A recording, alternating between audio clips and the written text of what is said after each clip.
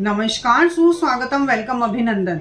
मैं हूं वंदना Raheja from प्रोटेक्स corporate solutions और आप देख रहे हैं हमारा यूट्यूब चैनल प्रोटेक्स कॉर्पोरेट सॉल्यूशंस वंदना रहेजा। दोस्तों, आज की इस वीडियो में हम कुछ ऐसे इम्पॉर्टेंट पॉइंट्स के बारे में जानेंगे जो बहुत ज़रूरी हैं अगर आप अपनी इनकम टैक्स की रिटर्न फाइल करते हैं तो। और ऐसा बहुत बार देखा गया है कि इनकम टैक्स की रिटर्न फाइल करने के बाद उसका प्रोसेस काफ़ी स्लो होता था। अगर प्रोसेस हो भी जाता था तो डिफेक्टिव रिटर्न का नोटिस आ जाता था और कई बार ऐसा भी हुआ है कि प्रोसेस कंप्लीट होने के बाद टीडीएस का रिफंड हमारे अकाउंट में नहीं आ पाता है। तो दोस्तों, आज की इस वीडियो में मैं आपको बताऊंगी कि इन सब चीज़ों से कैसे बचा जा सकता है और ऐसे कुछ पॉइंट्स के बारे में बात करेंगे जो इनकम टैक्स के रिटर्न फाइलिंग करते समय आपके लिए जानना बहुत ज़रूरी है।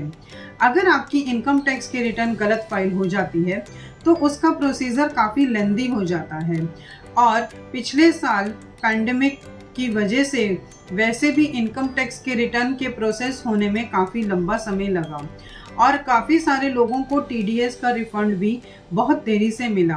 और अभी भी ऐसे बहुत सारे केसेस देखने को मिल रहे हैं जिनको लगभग 1 साल हो गया है और उनके पास टीडीएस का रिफंड अभी तक उनके अकाउंट में नहीं आया है।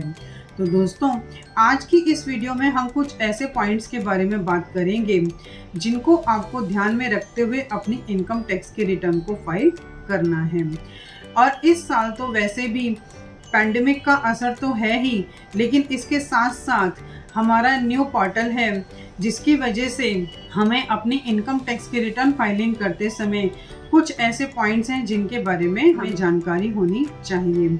दोस्तों, हमें अपनी इनकम टैक्स की रिटर्न फाइल करते समय ऐसे कुछ पॉइंट्स के बारे में ध्यान रखना चाहिए ताकि हमारी इनकम टैक्स की रिटर्न स्मूथली प्रोसेस में आ जाए। लेकिन इस बार भी आसानी से प्रोसेस होने के चांसेस थोड़े कम लग रहे हैं क्योंकि इस बार इनकम टैक्स का न्यू पोर्टल अपने साथ बहुत सारे बग्स लेकर आया हुआ है। लेकिन फिर भी हमें अपनी तरफ से अपनी सारी डिटेल्स और प्रोसेस को ध्यान में रखते हुए ही अपनी इनकम टैक्स की रिटर्न को फाइल करना चाहिए। तो दोस्तों, अगर आपने अभी तक मेरे चैनल को सब्सक्राइब नहीं किया है तो आप उसे अभी सब्सक्राइब कर दीजिए और हाँ, मेरी वीडियो को लाइक और शेयर करना मत भूलिएगा क्योंकि इससे मुझे मोटिवेशन मिलता है आपके लिए ऐसी वीडियोस को आगे लाने के लिए। तो दोस्तों, वीडियो स्टार्ट करते हैं। सबसे पहले पॉइंट के बारे में बात करते हैं, इनकम एंड अदर डिटेल्स। जब भी आप अपनी इनकम टैक्स की रिटर्न फाइल करें तो उसमें इनकम एंड अदर डिटेल्स क्या होता है, जैसे डिडक्शंस हो गया, एग्जेम्पशंस हो गया और भी आप कितने तरह की कौन कौन सी इनकम हैं उनको प्रॉपरली आपको उसमें शो करना चाहिए। और इस बार जो हमारा इनकम टैक्स का फॉर्म है वो भी बहुत सारे बग्स लेकर आया हुआ है। आपको प्रॉपरली अपनी इनकम और अदर डिटेल्स को कैलकुलेट करके ही कंप्यूटेशन बनाकर ही अपनी इनकम टैक्स की रिटर्न को फाइल करना चाहिए। सेकंड पॉइंट है हमारा, चूज करेक्ट आईटीआर फॉर्म। आपको अपनी इनकम टैक्स की रिटर्न फाइल करते समय करेक्ट आईटीआर का फॉर्म चूज करना चाहिए क्योंकि बहुत बार यही देखा गया है कि डिफेक्टिव रिटर्न के नोटिस आने का बहुत बड़ा कारण यही होता है कि आप अपनी इनकम टैक्स की रिटर्न फाइलिंग करते समय करेक्ट आईटीआर फॉर्म को चूज नहीं करते हैं। तो दोस्तों, जब भी आप अपनी इनकम टैक्स की रिटर्न फाइल करें तो करेक्ट आईटीआर फॉर्म को चूज करें। थर्ड पॉइंट है हमारा, मेंशन करेक्ट बिजनेस हेड। अगर आप अपनी ITR 3 या ITR 4 फाइल करते हैं तो उसमें आपको करेक्ट बिजनेस हेड को सिलेक्ट करना है। अगर आप करेक्ट बिजनेस हेड सिलेक्ट नहीं करते हैं तो भी आपको नोटिस आ सकता है। फोर्थ पॉइंट है, नो अकाउंट केस एरर। दोस्तों, जब आप अपनी इनकम टैक्स की रिटर्न फाइल करें तो आपको ये बहुत ध्यान से देखना है कि नो अकाउंट केस आपके ऊपर एप्लीकेबल होता है या नहीं। अगर आपके ऊपर एप्लीकेबल नहीं होता है तो आपको नो अकाउंट केस सिलेक्ट नहीं करना है।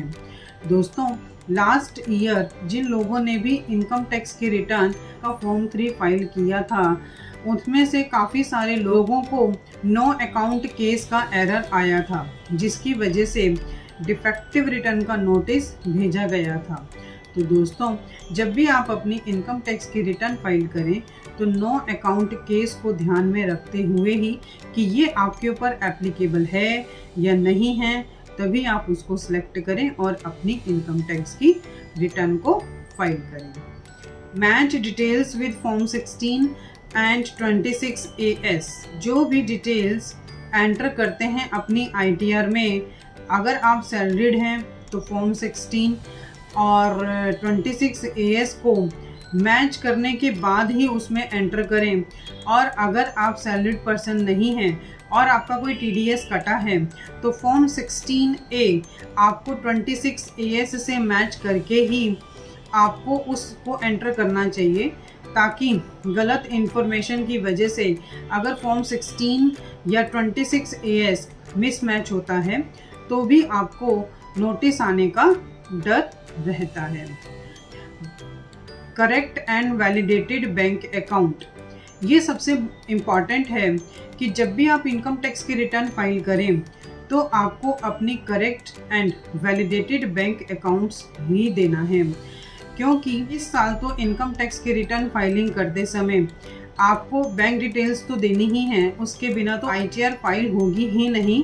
लेकिन अगर आपका कोई भी रिफंड बनता है, अगर आपका कोई भी TDS का रिफंड बनता है, तो आपके लिए correct and validated bank account देना बहुत ज़रूरी है, क्योंकि अगर आप correct and validated bank account नहीं देते हैं तो फिर आपका TDS आपके अकाउंट में नहीं आ पाएगा।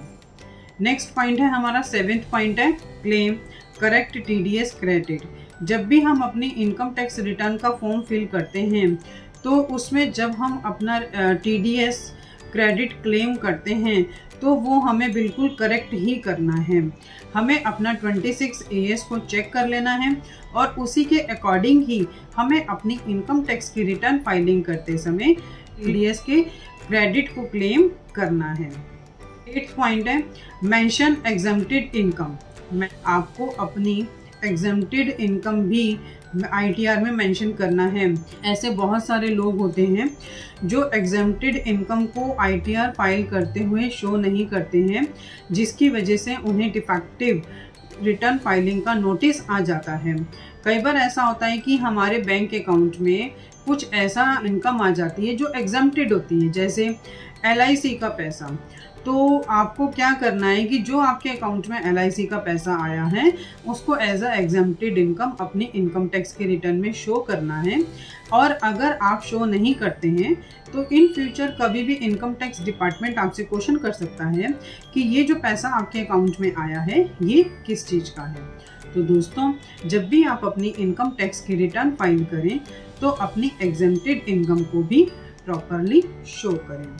9th पॉइंट है हमारा mention correct pan head and assessment year. जब भी आप कोई भी टैक्स की पेमेंट करते हैं, टैक्स की पेमेंट मतलब जैसे advance tax, self assessment tax, या कोई भी डिमांड आया है, कोई भी डिमांड नोटिस आया है, उसका कोई भी डिमांड का पेमेंट करना है, तो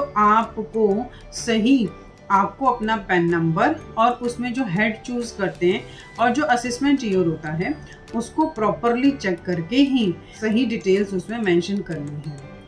10th पॉइंट है हमारा कॉन्टैक्ट डिटेल्स।